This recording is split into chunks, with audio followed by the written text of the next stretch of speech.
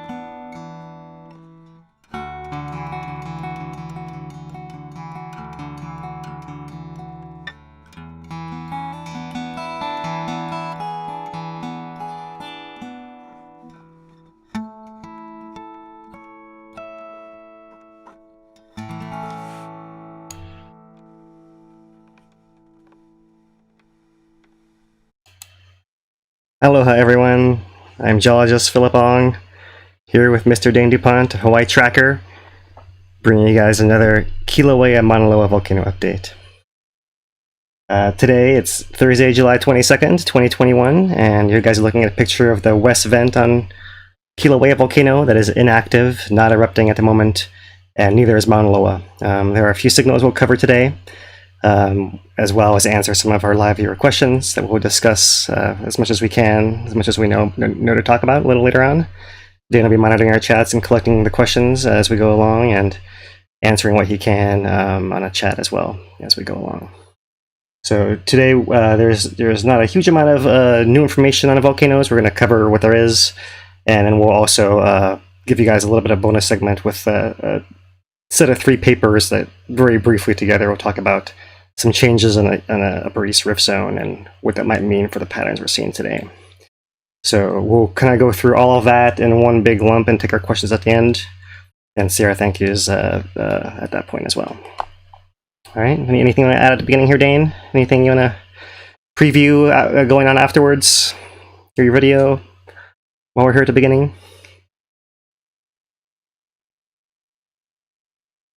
No? Yeah, sorry, we're having a little bit of technical difficulties. I'm not being able to hear you out of the meeting, only through the only through YouTube. Okay, so hold on a second. Let me see if I can All right. So there was an issue there. All right, that got it. Sorry about that, everybody. Yeah, thanks. Yeah. So Dan, I was just giving an outline of what we're gonna be doing today, and I was just saying, afterwards, you got a video you want to share with us? Yeah, we got another installment of the Drones On series. This time we're going to be looking at June 2nd and 3rd, where lava is encroaching upon Kapoho and evaporates out the Green Lake. Right there.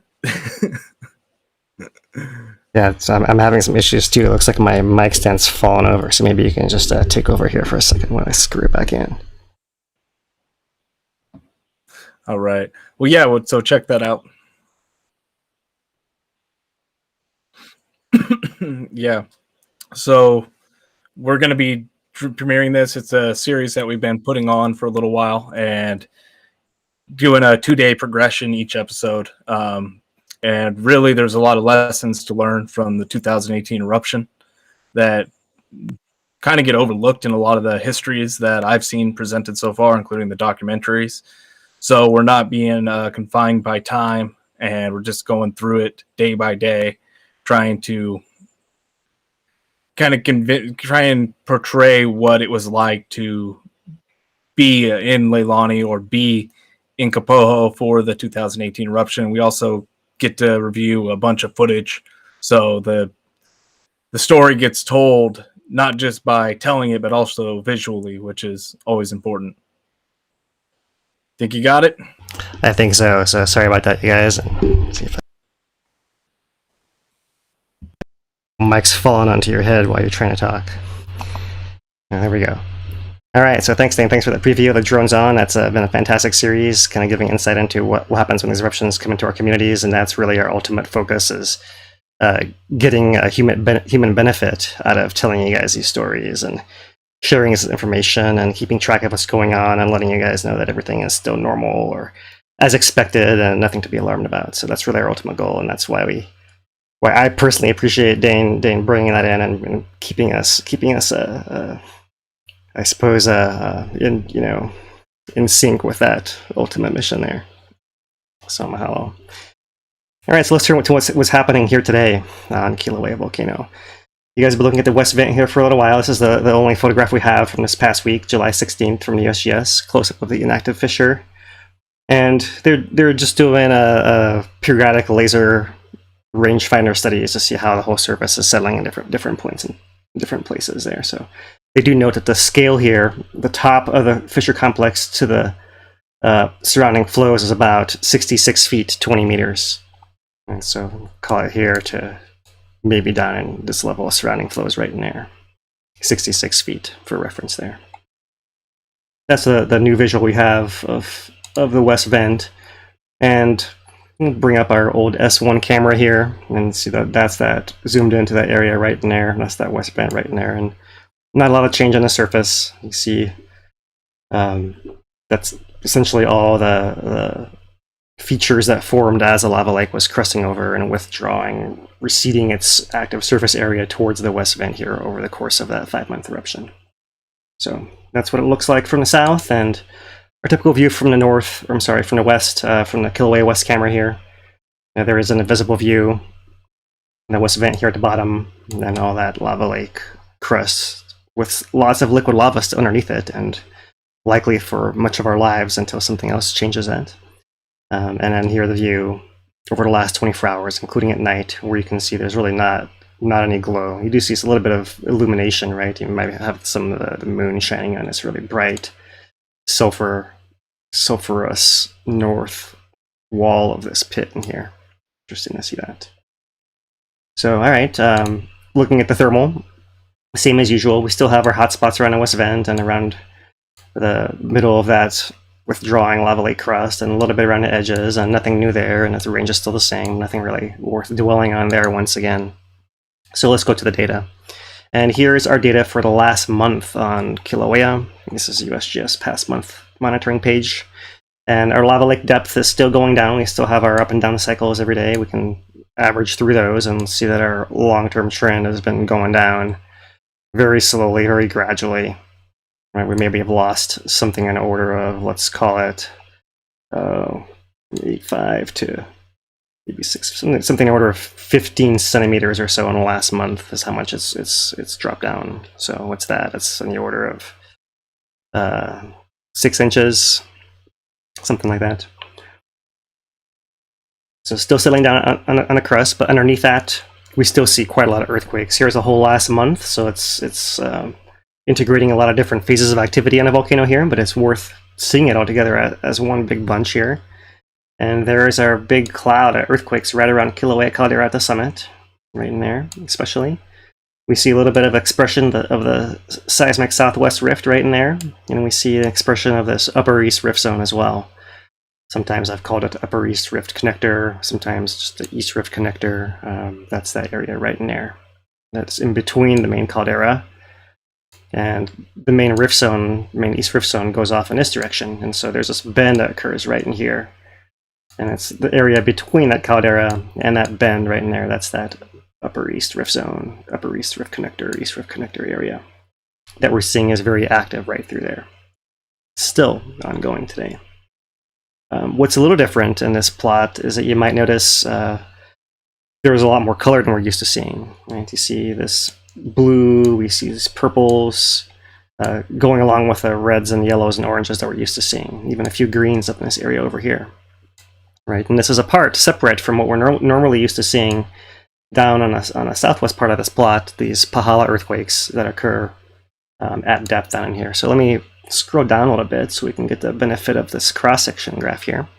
So this is a cross-section, so this is depth against longitude, left and right here. So this is basically just map projecting what we see right above here, straight down, but looking at it and a cut section that would fit right in there, right? For example. So here is that pahala cluster on the bottom left. Right? If we imagine that the hotspot's coming up and it's putting pressure in this area below there, and that's causing all the earthquakes right above that, right? And it seems that not only that, if I can zoom in a little more, so magma below, putting pressure in here, and it seems like there's a gap in seismicity, and then it seems like all this pressure building below here is also causing more seismicity to occur in this area right in here as well. Right, so that's interesting to see too.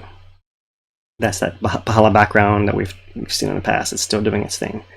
But otherwise, we do see that we have now this 25-kilometer depth earthquake right here, right underneath the southern part of this summit triangle right in here. That's separated by this upper east rift on the right, southwest rift on the left, and this Klauea fault system down here at the bottom, and right in there.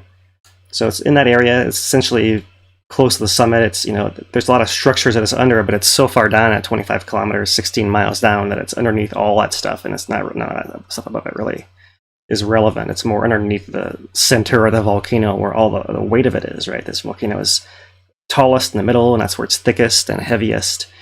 And we'll talk about settling earthquakes a little bit, and that's essentially that range of settling. And so you see that here is this blue right here, and then farther in the periphery, you see it as these purples. Right? So if I come back down to this lower plot here, you see that over here, apart, separate from the Pahala earthquakes, here's our just south of the summit. Imagine that the magma is all sitting in this area right up in here, and so this is all the area below it is adjusting, and the crust, you might imagine it might come, something along those lines like that, right?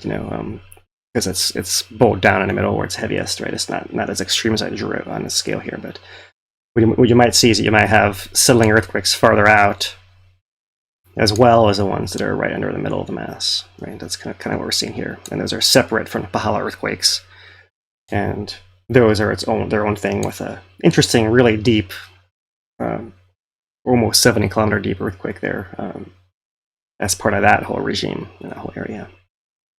So these earthquakes is the whole last month. So this has been happening for a while. This one is the one that happened most recently, within the last week, a couple of days ago. And it's just fitting into that pattern. I wanted to point it out a little bit more detail today here. So that's the earthquakes. If we look at the rates, you can see that here we are on the right end of the graph, earthquake counts per day. We were at about 80 yesterday, and it's been about that for the last 3 days, between 80 and 100, we'll call that, right?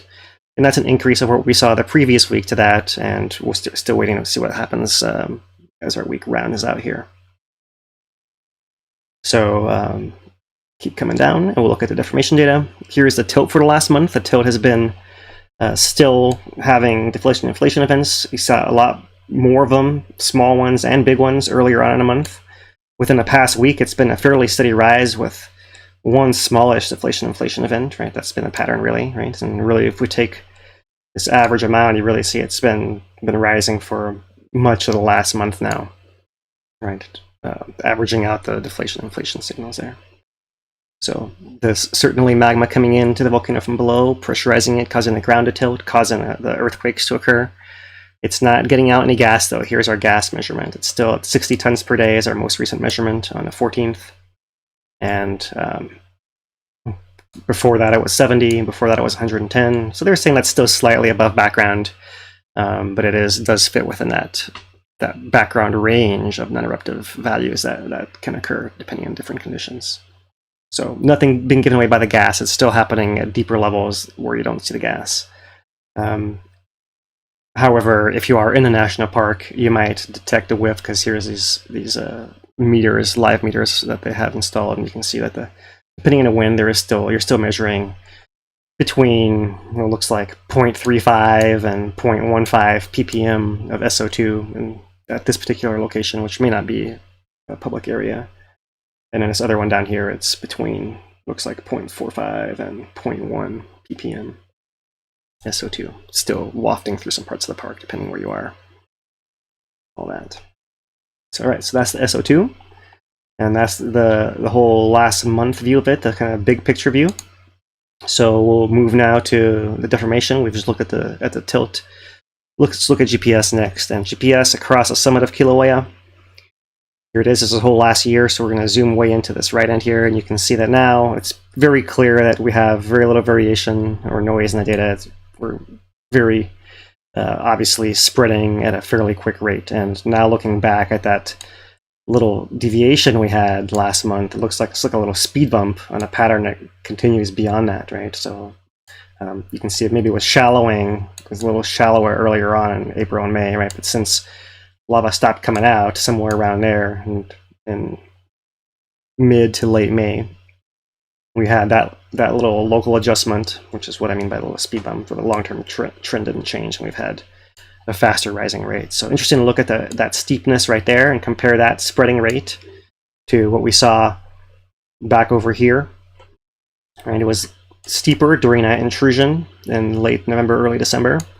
It might have been similar steepness building up to that intrusion, to the actual eruption on December 20th. So not quite as steep. This looks a little steeper still right there. Not quite as steep, but that's what we're looking at there is, if that rate starts turning upwards, then we'll be getting closer and closer and closer. And it's been a while now. We've been talking about how we're in a pattern of weeks to months away from eruption. And, it's been 2 months since lava came out, so we might be trending more towards the weeks end of things. Although, 4 weeks to a month, certainly still possible at the current rates of change without any other adjustments still. So interesting to just see how that develops. That's the summit. We'll scroll down to the east rift here at Pu'o'okone, and we see there's very little change in any direction. So the changes are constrained, localized to the summit area, and likely that upper east rift area as well, and other areas near the summit as well, but not as far down as the middle east rift to Pu'o. That's not what is being shown on the data here. Okay, so that's the past 5 years, and this is now focusing in on the last week. So the lava lake depth is going down. We don't have to look at that in more detail, but we'll look at the seismic plot for the last week in particular. So here it is, just the last week, no longer the whole last month. So you're not seeing these as many of these offshore adjustments over here as well, right? But you do see the big one over here, and still see some over here to the northeast of the summit, and you still see one deep one underneath this very lowest Middle East rift zone area, right? It's, like I said, it's so deep it's not connected to those zones, but it's below what we know as that area today on the surface. And so what's worth pointing out here is that we've gone through, we don't really see so much in the southwest rift here in the last week, we still see quite a bit on the summit, but it's not as thick as it has been in other areas. It seems like we're seeing more activity, and if we look at the size of these dots, the bigger earthquakes are occurring in this Upper East Rift and Bend area all the way through here, right? And earlier in the week, it was really just this upper part, and it's really within the last few days we're getting more and more of these coming around the bend over here to between Maunaloa and Makopui over here. And correspondingly, there are south flank earthquakes that are occurring down over here that are likely tied to that movement, right? As the south flank has to move out of the way to allow magma to inject into that East Rift Zone area right in there. So this is not the first time we've seen that happening. It seems like, we see patterns of it building up, and then it seems to flare off in here, and then it builds up some more and it flares off. So we may be having repeated pulses of more magma and less magma, and maybe it's going through there all the time, but maybe it's going a little bit more and a little bit less, and that might be some cause of the earthquakes there. So interesting to note that. And obviously when we start having bigger earthquakes, 3.4 in this case here, even when they are deep, that is something that's noteworthy, because there have been certain events in the past where you've had the volcano really close to eruption, and then something can set it off. Dana and I were just discussing how today we have king tides, right? So or was it yesterday? So we're close to the every 2 week maximum for the tidal forces, and so the tidal forces could be what actually pops it off when it's ready to go. It could be some settling event around the volcano, like something like this earthquake that could happen, right? There's in the history of the volcano, there have been earthquakes that happen on Mauna Kea that set off Kīlauea when she was ready to go, kind of thing. So when she's ready to go, it could be anything that sets her off, and it's just a matter of waiting till she's all the way ready to go. And I'm not sure we're quite there, but we are getting closer week by week here. So noteworthy to see that we have more of these settling events, right? And if the settling events are still just from the weight of the island itself, then why might there be more at one point or another? And one answer might be just the movement, the distribution of the weight, right? It's like if you're walking in an old house with creaky floors, if you just stand there, nothing is going to creak. It's when you shift your weight around that the creaking occurs, and it's something akin to that, right? As you move, the balance of magma, more magma is going here and that way, and the south flank's trying to move, and someone's trying to adjust, and all that stuff's happening. Then you can have that adjustment underneath. And so I don't think, personally, without seeing better data than we have just in front of us right here, which is a very superficial layer of it, of course. I'm happy to assume that these are all settling events and not tied to something deeper happening. But we'll have to wait and see, of course. Yeah, wait for USGS to really give us the lowdown and all the details of the patterns there. So, all right, that's it here. Noteworthy to note that the south flank is showing adjustment all the way down to Heiheahulu area, close to Highway 130, right? So right all to there, this whole Middle East Rift area is all still adjusting over here. And so at some point, you might see earthquakes go a little bit further in pool. That would be a noteworthy thing as well. And we have not seen that yet, only the south flank adjustments, right? And of course, everything's connected. You have all these different blocks on here. So as one block moves, the East Rift's moving, the South Flank's moving, then you might have other adjustments in the Southwest Rift or in the Klauea fault system, and all of that stuff we'll get into in the future. And in fact, we'll get into the Klauea and Southwest Rift next week in particular. And today we'll focus on this Upper East Rift part of this triangle, right? So, but there's really this triangle of possibilities that occurs here by the summit that we'll dive into here a little bit more in the next couple of weeks.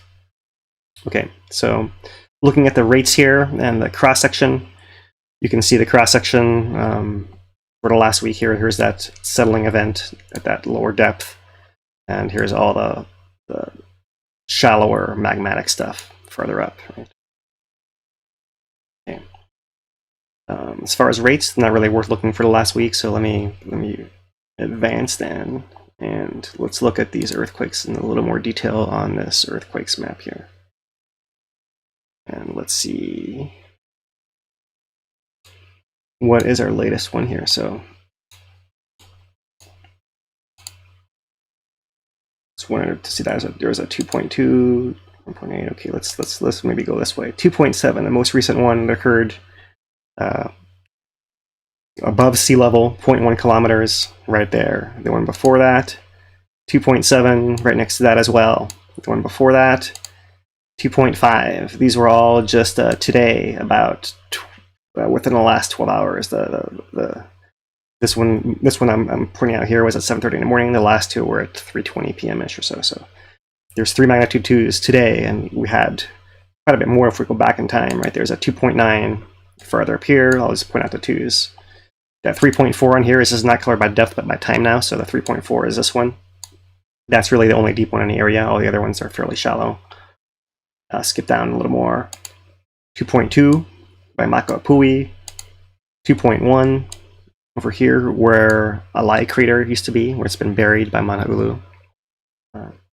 That eruption of 1969 to 74, a crater that's no longer there. Story for another day. 2.7 up here, and this right in the middle of this connector area. 2.3 farther up as well. So you see nothing really bigger than that. So it's not like it's really shaking a huge amount, but every 2 is worth a lot more 1s. And so, you know, when you see a 2, 2s, those are the most representative ones of what's really moving the most in here. So interesting to see how that movement is occurring through there. Right, and yeah, that we have events going all the way close to Pu'o and the south flank beyond it over here as well. 1.7, 1.8 over there in the area. Okay, so credit our source here, USGS Hawaiian Volcano Observatory. Here's our weekly update from a couple days ago on Tuesday. Here's where we get our 60 tons per day on July 14th. They note the continued inflation.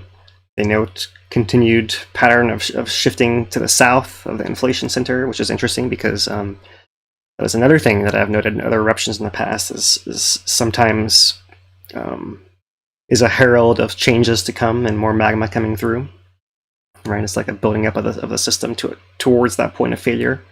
Not there yet, but that's one pattern that sometimes expresses itself, and so still going on there.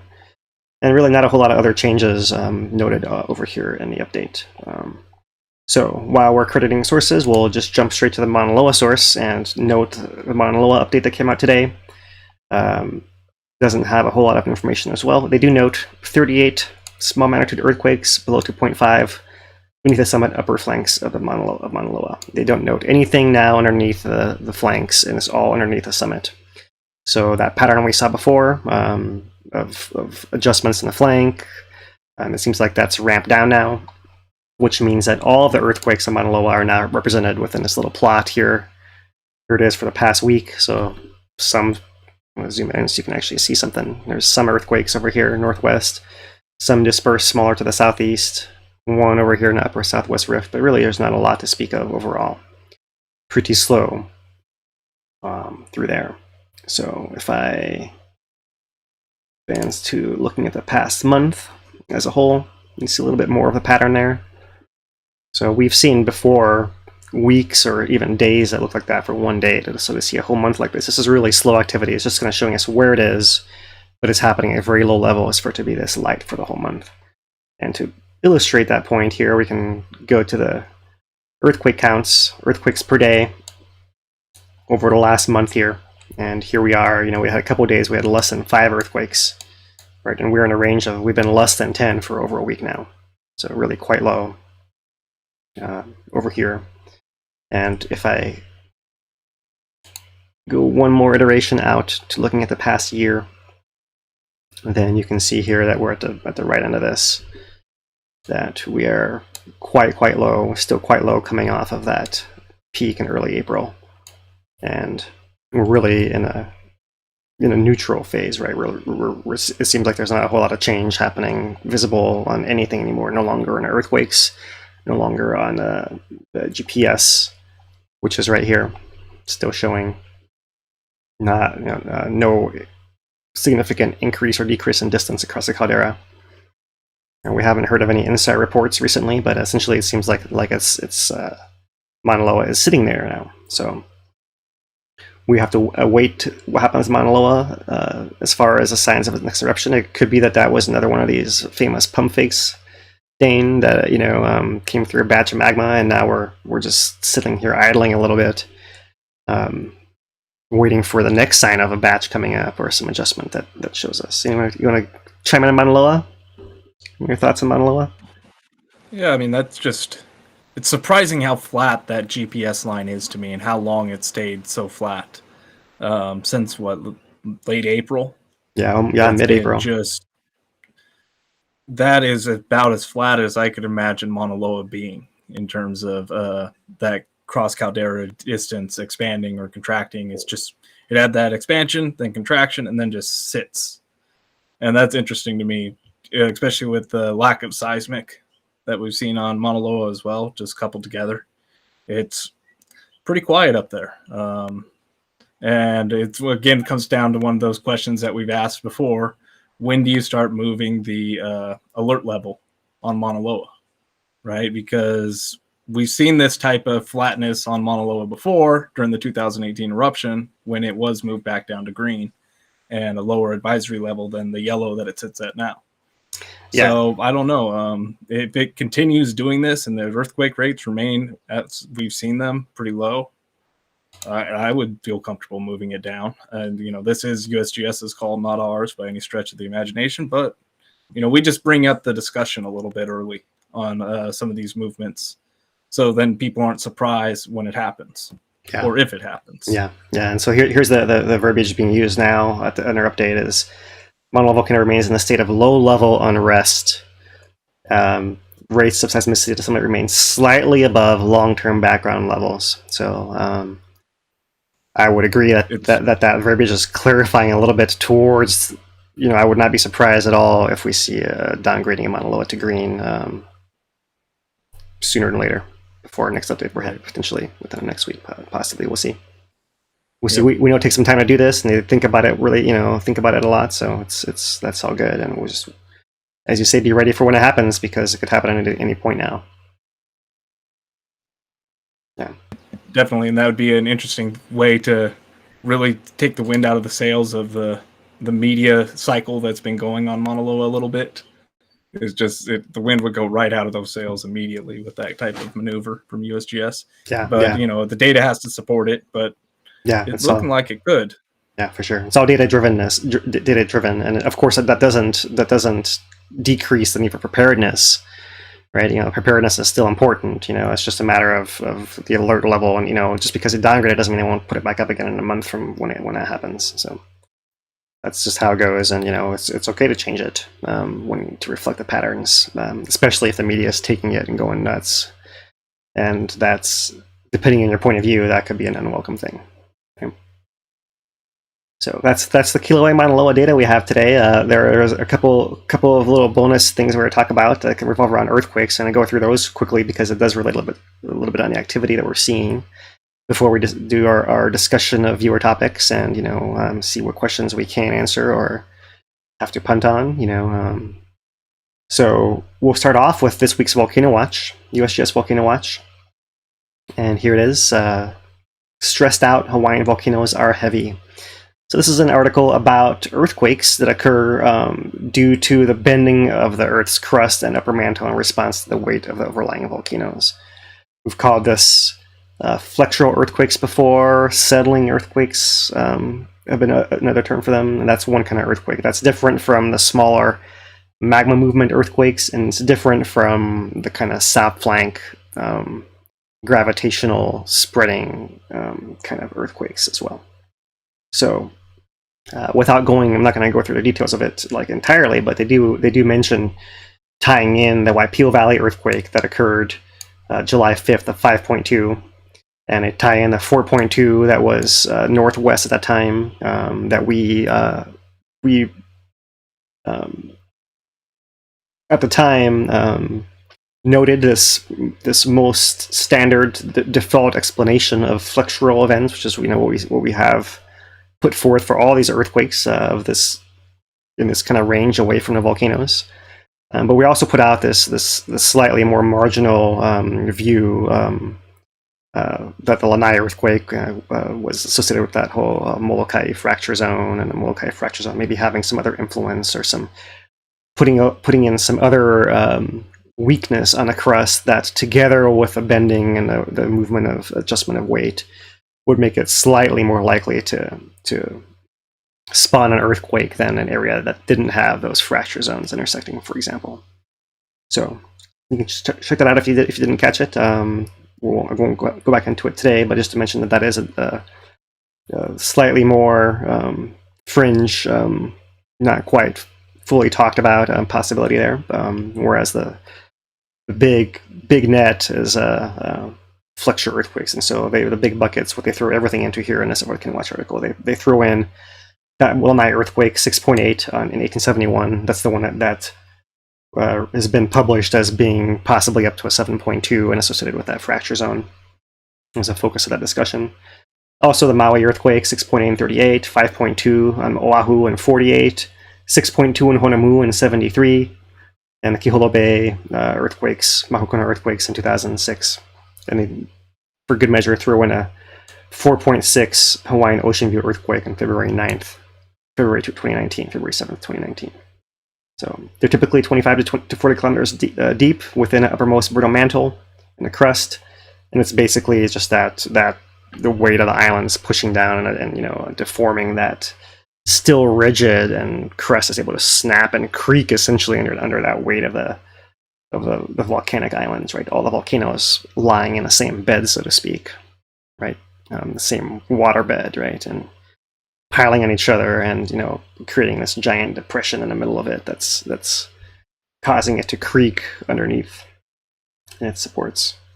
So that's the deep earthquake paradigm here. And so one last thing to note on this Volcano Watch, but apart from these deep earthquakes, which we've talked about before and don't need to talk about anymore probably, but interesting that they are actually deploying in combination with Michigan State University, University of Hawaii Manoa, some new GPS stations, not just on Hawaii Island, but also on Molokai and Lanai, right? So that we can possibly get at some of these questions of what exactly is the main motion of these events. Is it mostly the settling there, and if you did have some effect of some fracture zone on Molokai, you might pick that up with those GPS instruments, and you might be able to eliminate that as a possibility with those instruments and that data.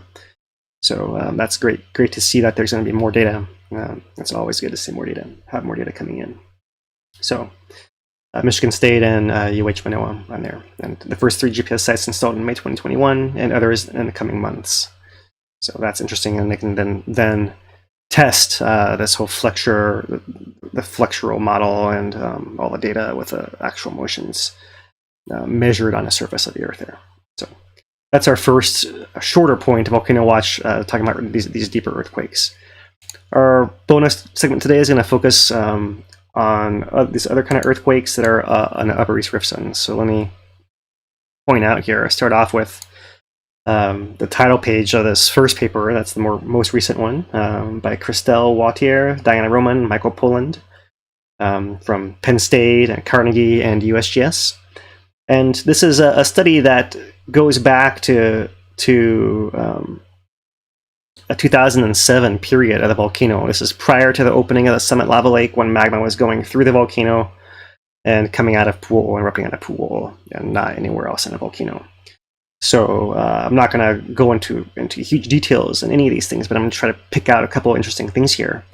And I'll show you guys, first of all, our study area right in here. They're using GPS data, earthquakes data, to as well as modeling to get at this right in here. So that's the data source, but here's essentially one model of the result. So let me point out what you guys are looking at here. This up here is Kilauea caldera, right there. Right? There's Halemaumau crater in the middle, right in there, and the Upper East Rift goes off in this direction over here, and then a bend goes off like that. Right? That's the same in all these images right through here. So if I zoom into it here, right, they actually have 4 different phases that they split out of this period in 2007. And in some certain phases, you have inflation of the summit reservoir area, and at the same time as you have summit inflation, you're seeing what they are picking out as multiplets of earthquakes. And let me just pause and say what a multiplet is. So earthquakes can when you look at the actual trace of the line of wiggles on the record, if an earthquake is generated from pretty much the same place with pretty much the same motion, then the actual wiggles at the station that it lands on will be pretty close to the same as well. So you can actually categorize groups of these patterns, right, and say that those are actually different multiplets of the same kind of event with the same geologic setting, we'll call it, right, that you can basically group together and analyze as a package to then say, well, these represent one process all as a whole, and they're basically the same kind of thing happening over and over and over again, and possibly in the same place over and over and over again. So that's what they're seeing here. So they're seeing that as the volcano is inflating at the summit, this is the point of this paper, as the volcano inflates at the summit magma chamber, they are seeing increased earthquakes on the Upper East Rift. And this is not surprising to maybe a lot of people. I've been talking about this since 2007, having watched it live, right? But good to see them actually publish this and put it out there and have something that we can quantify. And they do get at something more insightful here. But let's just pass this first layer first. Their second period, summit deflation. You have still some, but a lot less earthquakes in the Upper East Rift Zone area. During this third period, inflation perhaps closer to the shallower source, right? Somewhere closer to the middle of the caldera rather than further to the south like we just saw. Also get increase of these earthquakes in the Upper East Rift. And then you get deflation and likewise decrease. And so they've actually colored in here the background with the expected stress effect, right? The changes in forces based on the inflation and deflation of the magma chamber in the area there. So, okay, so the interesting thing here is that they have this statement in here, and I'll show you the graph of this here shortly, but they note the comparison of the Upper East Rift Zone fault plane solutions, that's like the direction and orientation of the faults and how the earthquakes are happening. So a comparison of those solutions for this study to previous periods suggests that the Upper East Rift Zone has undergone a transition from a mechanically strong, discontinuous, and immature magma transport system to a mature, mechanically weak, and fully connected transport system over the course of the current eruption, meaning the 2018 eruption up to the 2018 into summit of Kīlauea. It's consistent with that strong connection between the summit and Upper East Rift Zone, and that's interesting to note, and that's something that perhaps I took a little bit for granted, having watched volcanoes like Kīlauea mostly in this modern era of monitoring, where that is the pattern we mostly see is of earthquakes for the most part mirroring that summit inflation, right? That especially the Upper East Rift Zone area. So here's what they when they say fault plane, the fault plane focal solutions. This beach ball diagrams in here. That's essentially what this means. I'll simplify it for you guys. It means that there's a division through here with a pressure going that way and that way, and relative movement across this fault zone, essentially, what they call left lateral or sinistral, right? Where one side, if you were to stand on one side and look straight across, that side would be moving to the left of you. If you're on this side looking across, then that side would be moving to the left of you as well. So this essentially is accommodating movement of the south flank to the south, allowing it to slide past here this other area of the volcano, which is north of the rift zone, which is essentially anchored in place against Maunaloa, buttress against Maunaloa, and wrapping around to Mauna Kea, and et cetera, et cetera. So the interesting thing is you can take here's where you can get that better insight is you can take all this data, which is all calculated all in 3D here, is what these plots really are encapsulating as a 3D record here. And you can basically say, well, what's the ideal optimal force, the direction of most squeezing to cause this whole population of movements to occur? So that's what you see up here in this top right area. So you actually see the traces of all these different faults, and you see there's more of them that go northwest, southeast, and northeast, southwest, right? And so it turns out that conjugate fault pairing is optimal for a squeezing direction that's mostly east and west. Right? So that's the direction of current squeezing, mostly east and west. That's the biggest compression, which means that this piece of land is free to essentially just move to the south, right? It's not really having to push into here. This whole segment is free to move, well connected, and this is just like a loose edge, and this just moves down over this way. And as a response, this also quakes whenever the summit inflates right through here. Okay, we'll finish this off here because I'm probably getting into the weeds, but back in the 70s, this similar kind of study was done, and what they found then was that the principal direction of squeezing was not what we just saw, but it was actually along the rift zone, right? And so this was how we saw things. This is before the pool eruption, right? Before we had that well-connected rift, and this is a model that's put together by Hill here in '77, and here's his paper, Model for Earthquake Swarms, David Hill, USGS Menlo Park,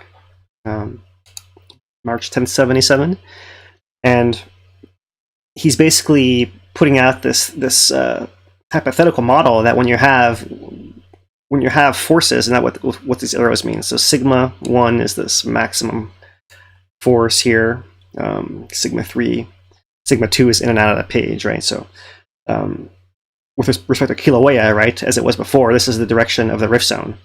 And so you expect to see dikes opening in a direction, in that direction like that, right?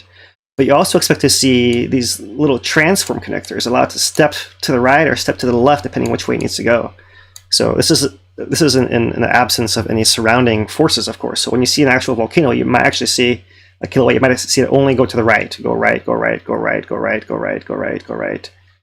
That might be what you see as a pattern, something like that, right? Or you might see it go left, go left, go left, go left, depending on the pattern there. But the idea really is here is that when you have this kind of pattern and you're still trying to break open that pathway, what you're seeing is periods of magma filling in these areas, and then you see earthquake swarms. Earthquake swarms they're proposing is that these little pieces cracking in between. So as magma is trying to go from this pocket to that pocket, it's going to go across this harder body, and it's going to go against this larger force, right? But these natural fractures, that's where you get your quakes. You get them in these connectors here, and here, and here, and here, right? And that might be how you actually accommodate the movement. And to show that this is possible in Kīlauea, here is the 1974 December 31st southwest rift eruption crack pattern as it was photographed. And here is the main fissures. You see them there and there and there and there. But you also see that we have these weird kind of connecting cracks occurring in between too. And so like that's those transforms that could connect those pathways in between that maybe you breaking it open, right? So that's how it might have been before the eruption.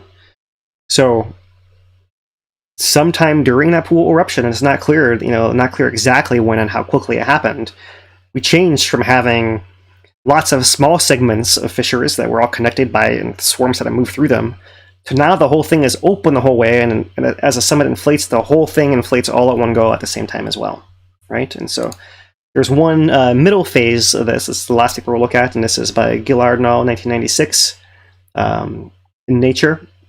And you're looking at the deep magma system as well, and this is interesting because it touches on some other things we've discussed as well.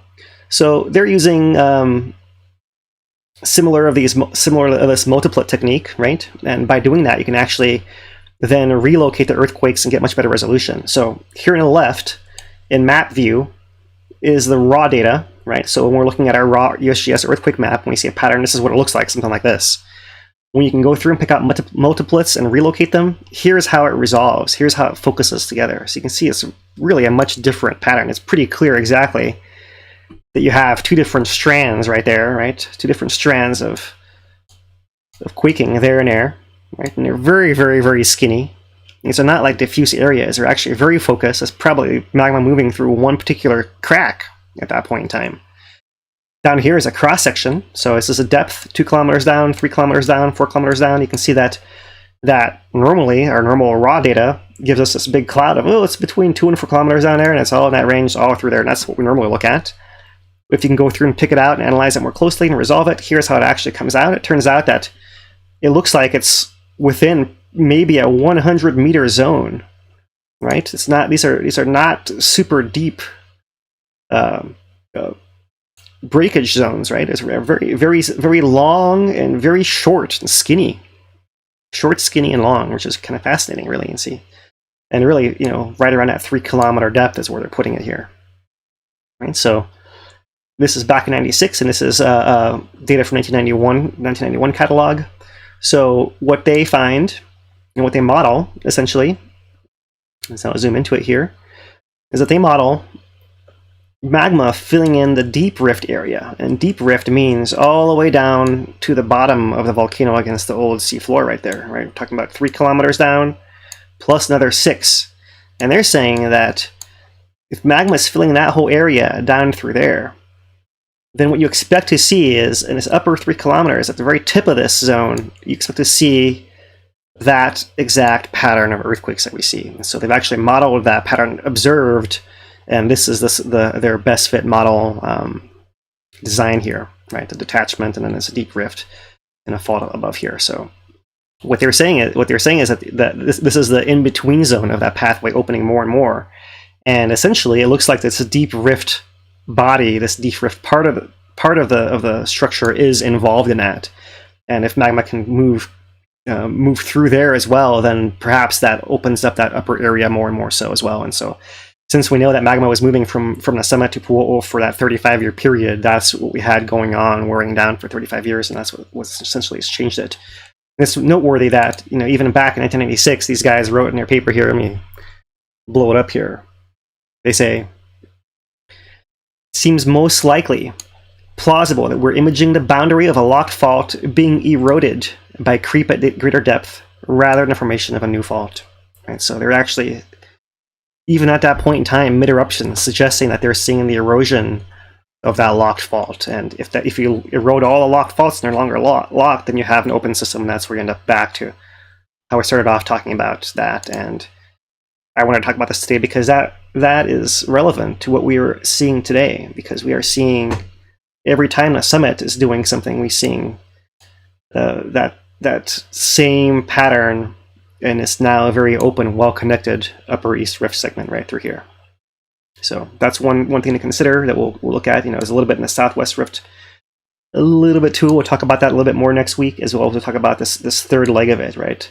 Southwest rift, Kauai fault zone, and then upper east rift connector area right in here. We'll discuss that next week. And so I just wanted to start it off by this area, which is our typical most traveled path of magma and adjustment, and now the most open part of the system. And we'll go from there. Dane, anything you want to throw in here to add here before we switch to questions on this topic? No, I think we're good. Ready to transition into the question and answer. All right. But before we do so, need to shout out our sponsors.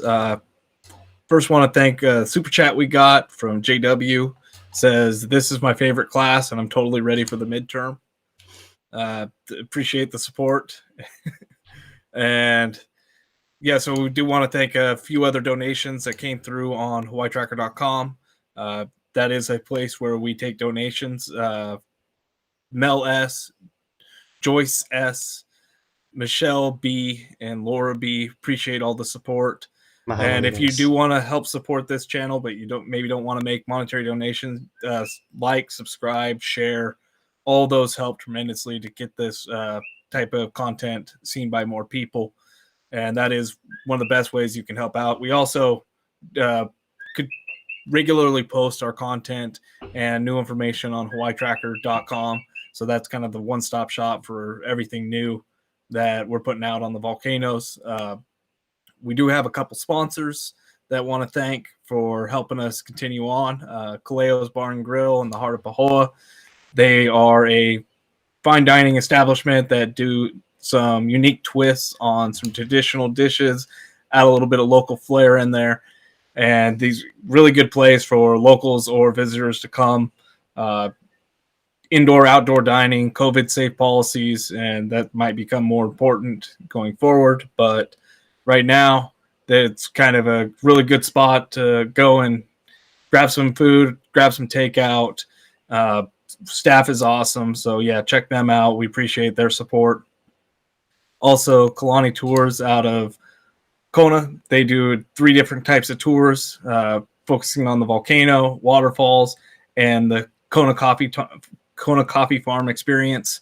They do really small tours as opposed to the giant load up the bus full of people tours that you might see advertised in other places. It's really educational, it's personal, and it will give you that unique way to see Hawaii without doing something where you end up on a viral video for being called out by the locals as being an idiot, right? Because that happens pretty commonly with people that come out. So check these guys out. We appreciate their support.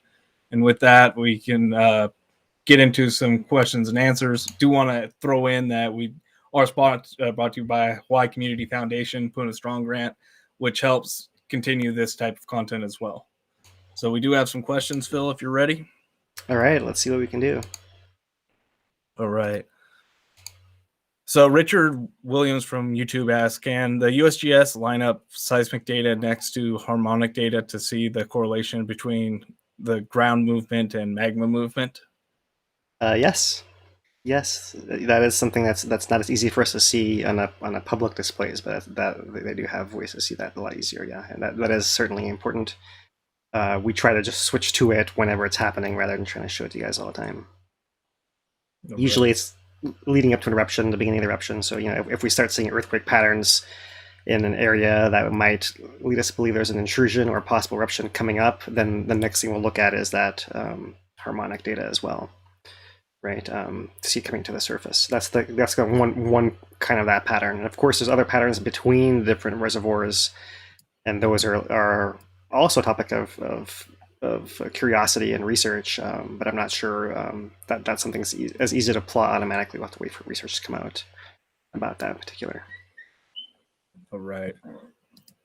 Next question is from a Redditor. That's the name. How stable is the new lava where it met the sea? So the lava delta down from Kapoho to Po'oiki from the 2018 eruption. So the 2018 lava delta seems to be very stable from all the reports and the studies we've seen. We talked about that during, it's probably been a little while, but I think that we might have had a couple of lava deltas. Yeah, they were. They've done studies and essentially seen that it's a different volume of lava, it's a different structure, and it doesn't appear to be showing any signs of cracking. Essentially, it might be the most important thing. We can talk about the why of all those things in detail. Maybe refer back to that earlier stream or highlights, or if we have highlights yet, we can put together if we don't. Right. It seems like, in general, the more voluminous the eruption is, and the rate of eruption or rate of the lava going into the ocean creates more stable features than the slow eruptions like Pu'o that form the sheer cliff benches that could not collapse. This is more rubble running down all the way to the seafloor at the angle of repose. So it's an interesting structure that we haven't really seen, especially in real time, seen it develop. Yeah. So it's interesting to watch. Some parts of the bay were fairly shallow too, so those areas are extremely stable. And it's more, I assume that's a little bit more contentious areas that were farther offshore than that, right? It's that part that bay is pretty obvious. It's more about the other areas, and probably most importantly, no cracking. And yeah, I mean, they went and did submarine studies and all that, and yeah, it looks really stable. I mean, naturally, you're gonna have erosion locally of the cliff, right? That's gonna, as the ocean pounds on it, it's gonna spall off a little bit at the very edges, but it's not like gonna collapse in a hole. It doesn't show any signs of anything like that, as far as that we're aware. Yeah. All right. Question from Facebook. Kind of the question a lot of people have been talking about. Do you predict another eruption within 6 months? Well, I wouldn't predict it, but I would anticipate it. Right? I mean, I don't have enough money to be betting money and stuff, but I'll be surprised if there's not an eruption in 6 months. I'll say it that way. I'll take that bet. If anybody wants to take the over on 6 months, we'll take the under every time right now. And one of the interesting things I just want to throw in is we're now 2 months from the end of the 2021 eruption, and the official classification is we need to go 3 months for it to be a new eruption. So, and say the eruption starts in 2 weeks, well, we're just resuming the paused eruption that from the beginning of the year. At that point, we get a little bit longer, and then it will be a new eruption. But yeah, just figured throw that out there. Yeah, good point. Thank you. Yeah, for sure. Yeah, it's 2 months in, and so yeah, if I had to put an over and under a month, I would pick 1 month. Make the bets more interesting. That would be Vegas's choice, probably. Yeah. So Kenny asks, how big of a batch of magma do you think is coming up, or the supply rate? Like, what do we think of the supply rate to Kīlauea? That's really hard to even try to answer, right? Because the thing is, there's a lot of magma in the system all over the place, and depending on what happens, you might be able to mobilize more than one batch of it. So you just don't know. You could be having all this stuff at the near surface part of the volcano happening, all these adjustments, and it's getting ready to go, and we're talking maybe the tides, maybe this or that, and maybe what actually happens is the settling of the island adjusts stuff deeper down, and it sends up a batch from deeper down, and it comes up and it just pushes everything out of the way, and then all the patterns that we've been looking at for the last few months become secondary to a whole new influx of something from depth. That's something that completely can happen, right? And so that really is the X factor of how much magma can come out. If we were to say, well, if it's just like a long-term buildup, like we had to 2020, then it's not gonna.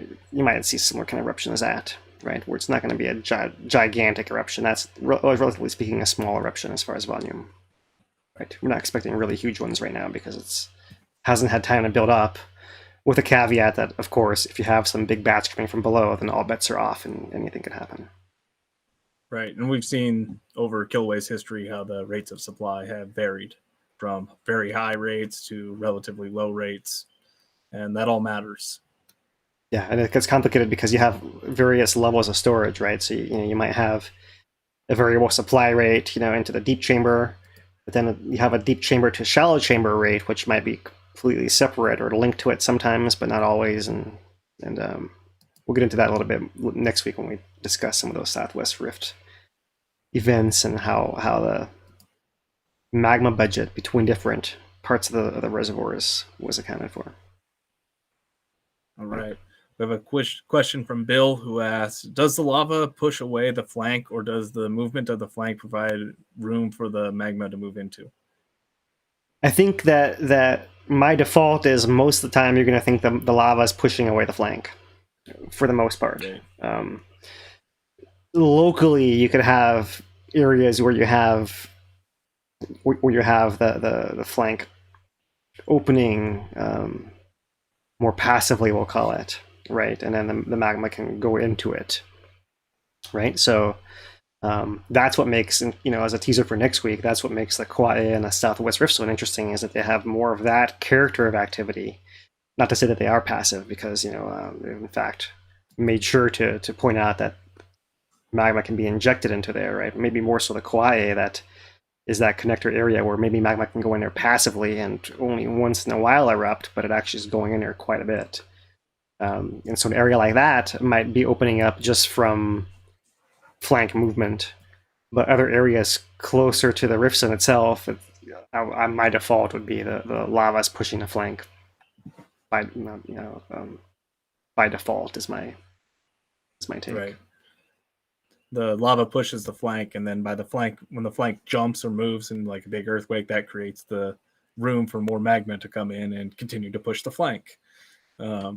Interesting cycle. Yeah. So gravity certainly plays an effect, right? But you definitely need the more lava pushing you have, the easier job gravity has to. All right. Last question for this session. If we didn't get to yours, I apologize. John asks, would it ever be possible for Kīlauea to create a new rift zone? That would be, I think, unheard of. I think the rift zones that we have, normally volcanoes want to have 3 rift zones, and we can't have a third one because we have other volcanoes around. So we have 2, of which really one is the one we're really using most of the time. So we kind of have a preferred default way to come out, and I'd be surprised to see, new rift zones. Maybe a complexity I can throw into it is, maybe we can talk, maybe bring this up again next week, is could you have the southwest rift zone become more active and the east rift zone less active potentially than you see it now, right? Might be a different take on that, right? But that also doesn't seem likely, at least in the near future. Not until you have some change in the balance of power between Maunaloa and Kīlauea here. If we take it to like a bigger scale, could you see something like the bend on the lower east rift zone getting less bendy? Like straightening out a little bit or changing itself in that way? Is that possible or? No, I mean the bends likely get more bendy, right? So one thing that this is touching a lot of things that I will have to bring up again next week, but as that bend grows, you do create more space for the magma reservoir area to migrate to the south. So if anything moves, it's going to be the summit reservoir might migrate to the south. Interesting. All right, well, that does it for questions this time. Yeah. We will be premiering the Drones on YouTube immediately following this live stream, so check that out. And that'll do it for me. Back to you, Phil. Mahalo, Dan. Yeah, for sure. Check out Drones on. And thanks for joining our update. Thanks for you guys that contributed. Thanks for your questions.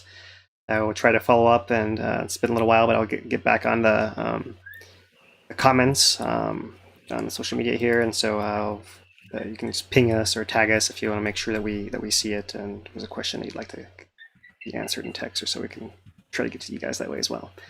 Thanks for your support. Thanks for tuning in. We're doing this once again all for community preparedness, community education. So if something happens, it's not surprising, and you can educate all the other members of your own networks of what's going on for real, rather than whatever media hype we're sure to get when it actually does happen. Yeah. So with that said, we'll be back with you guys next week Thursday, and we will once again cover the volcanoes as we did. We'll see if something changes by then, or if we just keep building slowly, more and more and more and more, like the time bomb keeps ticking. And we do have lined up that topic of the Kauai and a southwest rift zone to discuss what might possibly be in the range of what's the range of possibilities of what might happen next, as far as eruptions, beyond what we know about, like, it can go to Pu'u and erupt, and let's go back in time a little bit different era and see what else has happened and how that illustrates and teaches us about the dynamics of the summit system altogether. So I look forward to sharing that with you guys. And if Kīlauea does something like a sneaky little volcano and erupts in the next week or two, or before the next update, we will be live when that happens, or if that happens, we will go live and tell you what we know and go through that whole eruption, those first hours of the eruption process with you guys. For sure. Yeah, that's our standby for sure. Yeah, and then we'll adjust our schedule accordingly from there, and especially with regards to whether we have community impacts, right, and what kind of impacts we have, and what we're concerned about as a community as well, what our concerns are. So, right, and with that, we'll turn to the Drones On premiere, and thank you guys. Mahalo, everyone. For Hawaii Tracker, he's Dan DuPont. I'm Philip Ong. Aloha, everybody.